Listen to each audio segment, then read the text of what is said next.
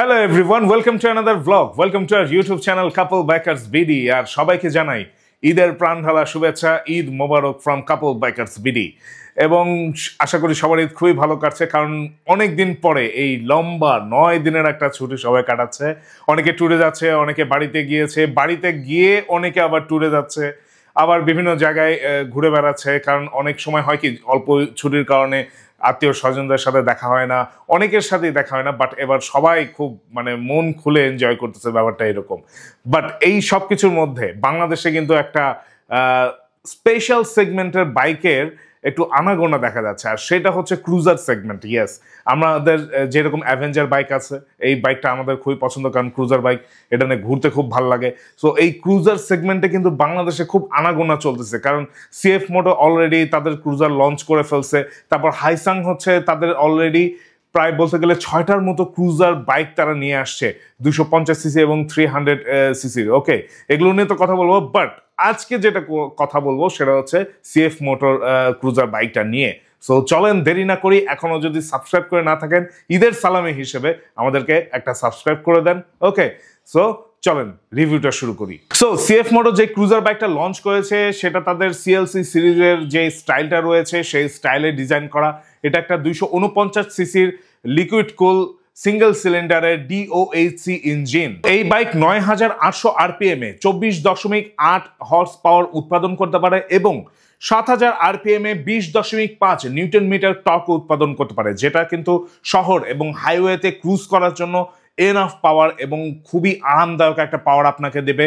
আপনি যখন রাইড করবেন, আপনি ওই যে বাইক খুব কষ্ট করে রান করতেছে এই জিনিসটা ফিল করতে পারবেন না। এই ইঞ্জিনে তারা ইউজ করেছে তাদের নিজস্ব একটা ফুয়েল ইনজেকশন সিস্টেম, যেটাকে তারা বলছে ইএফআই। আমি জানি না এটা কতখানি মাইলেজ দিতে সাহায্য করবে, বাট আই হোপ ভালো মাইলেজ দেওয়ারই চেষ্টা করবে এই ইনজেকশন সিস্টেমটা। এই বাইকে তারা গিয়ার শিফটিং এর জন্য ইউজ করেছে সিএফএসসি স্লিপার ক্লাচ, যেটা নাকি খুবই স্মুথ এবং খুবই আরামদায়ক গিয়ার শিফটিং এর ক্ষেত্রে। দেখা যাক এটা লং রানে গিয়ে দেখা যাচ্ছে যে 5000 বা 10,000 কিলোমিটার চলার পরে এটা কি রকম আসলে স্মুথ থাকে, এটা কিন্তু একটা দেখার বিষয়। সামনে তারা দিচ্ছে হচ্ছে টেলিস্কোপিক ফর্ক এবং পিছনে টুইন শক সাসপেনশন দিচ্ছে, যেটা নাকি খুব স্মুথ একটা ফিল দেবে।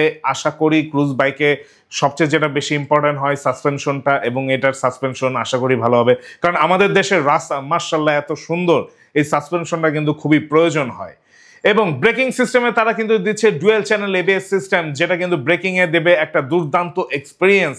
কারণ হচ্ছে ব্রেক যদি ভালো না হয় তাহলে বাইক ভালো হয়ে কি হবে বলুন। এবং ডুয়েল চ্যানেল এবিএস এ কিন্তু তারা শেষ হয়নি, তারা কিন্তু তাদের এই বাইকে দিয়েছে ট্র্যাকশন কন্ট্রোল সিস্টেম, যেটা পিচ্ছিল রাস্তায় বৃষ্টি হোক কাদা হোক যে কোনো সিচুয়েশনে গাড়ি কিন্তু স্লিপ হতে দেবে না। এবার আসি বাইকের ওজন নিয়ে। বাইকের ওজনটা নিয়ে কেন কথা বলবো, কারণ আমাদের যে বাইকটা আছে অ্যাভেঞ্জার 160, এই বাইকটার ওজন হচ্ছে 154 কেজি।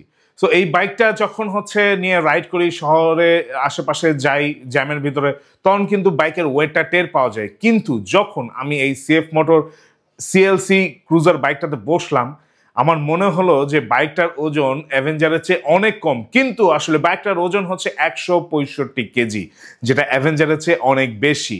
কিন্তু তারপরে ওয়েট ডিস্ট্রিবিউশনটা এতটা সুন্দর, যার জন্য কিন্তু এই জিনিসটা টেরি পাওয়া যায়নি। বাইকটা আপনার কাছে এতটা হালকা মনে হবে, আপনার মনেই হবে না যে আপনি একটা হায়ার সিসি বাইক নিচ্ছেন, যেটা কিন্তু রয়্যাল এনফিল্ডের ক্ষেত্রে একটু দেখা যায় সবার কমপ্লেন যে বাইকটা অনেক ওয়েট বেশি।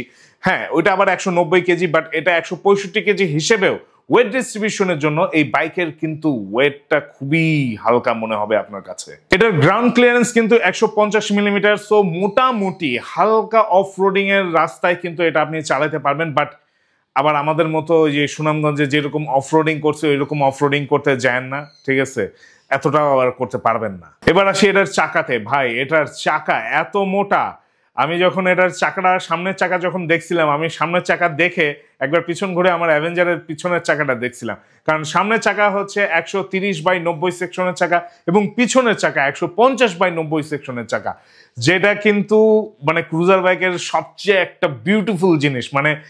হার্লে ডেভিডসন আমার অনেক পছন্দ একটা কারণে, কারণ ক্রুজ বাইক হবে মোটা চাকা, যত মোটা চাকা ক্রুজ বাইক দেখতে ততটা সুন্দর লাগে আমার কাছে, এটা আমার একদমই ব্যক্তিগত মতামত।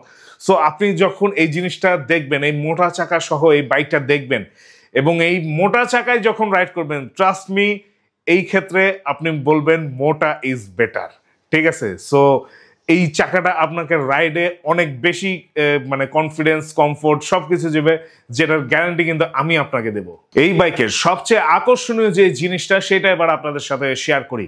আমরা কিন্তু বাংলাদেশে এখন পর্যন্ত যত বাইক দেখছি সবগুলা বাইকে কিন্তু চেইন সিস্টেম ইউজ করা হয়েছে রানিং এর জন্য, বাট এই প্রথম বাংলাদেশে আন্তর্জাতিক মানের যে এরকম হায়ার সিসি বাইকগুলোতে, বিশেষ করে ক্রুজার বাইকগুলোতে, হার্লে ডেভিডসন বলেন বা ট্রাম্প বলেন, এই বাইকগুলোতে যেরকম বেল্ট ইউজ করা হয়, সিএফ মোটর এই সিএলসি ক্রুজার বাইকেও কিন্তু বেল্ট ইউজ করা হয়েছে। ইয়েস, যেটা কিন্তু ফার্স্ট টাইম ইন বাংলাদেশ যে কোনো বাইকে বেল্ট সিস্টেম ইউজ করা হয়েছে।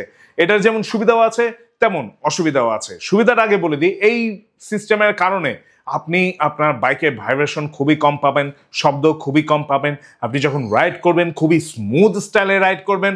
এবং সবচেয়ে বড় অসুবিধাটা আবার যেটা পাবেন সেটা হচ্ছে বাংলাদেশে কিন্তু যেহেতু হচ্ছে এটাই প্রথম, বেল্ট লুজ যদি হয়ে যায় বা কোনো কিছু যদি হয়ে যায় আপনি এই জিনিসটা কিন্তু অ্যাভেলেবল পাবেন না, ঠিক আছে। যেমন হচ্ছে আমাদের কি হয়, চেন লুজ হয়ে গেলে চেন ঘাট চেঞ্জ করে ফেলি, একটা কমায় ফেলি, সব কিছু করে ফেলি।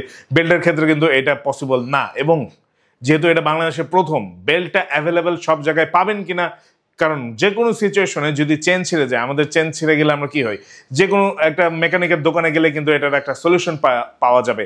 বাট যদি বেল্টের কোনো প্রকার ক্ষতি হয়, বেল্টের যদি ছিঁড়ে যায়, তাহলে কিন্তু ফুল বেল্ট সেটটা কিন্তু আপনার চেঞ্জ করতে হবে। সো এইটা কিন্তু এইটার সবচেয়ে বড় ডিসঅ্যাডভান্টেজ। পাশাপাশি এইটা আপনাকে মেনে নিতে হবে যদি এইরকম একটা এক্সপিরিয়েন্স চান।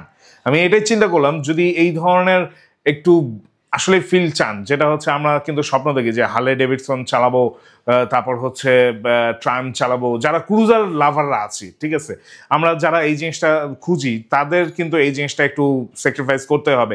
আসলে স্যাক্রিফাইস না, এটাই হচ্ছে ক্রুজার হায়ার সিসি বাইকের স্টাইল, এবং এটা কিন্তু একটা জো স্টাইল, এবং এটা রাইডিং এক্সপিরিয়েন্সটা অন্যরকম। আই হোপ সিএফ মোটো তার এই সিএলসি 250 বাইকের পার্টসটা অ্যাভেলেবেল করেছে, কারণ এটা কিন্তু সেল হওয়ার সাথে শুরু করলে কিন্তু পার্টসের প্রয়োজন অনেক বেশি হবে। এবার আসি, এই যে এত সুবিধা বললাম, এই যে এত ফিচার বললাম, এই যে এত কিছু বললাম, এই এত কিছুর সাথে দামটা কেমন দিচ্ছে তারা যেই দামটা নির্ধারণ করেছে সেটা হচ্ছে 4,48,500 টাকা। এবার আপনি বলেন, যা বললাম, যা শোনালাম, যেরকম আপনার কাছে মনে হচ্ছে, আপনার কি মনে হয় এই দামটা জাস্টিফাই করে?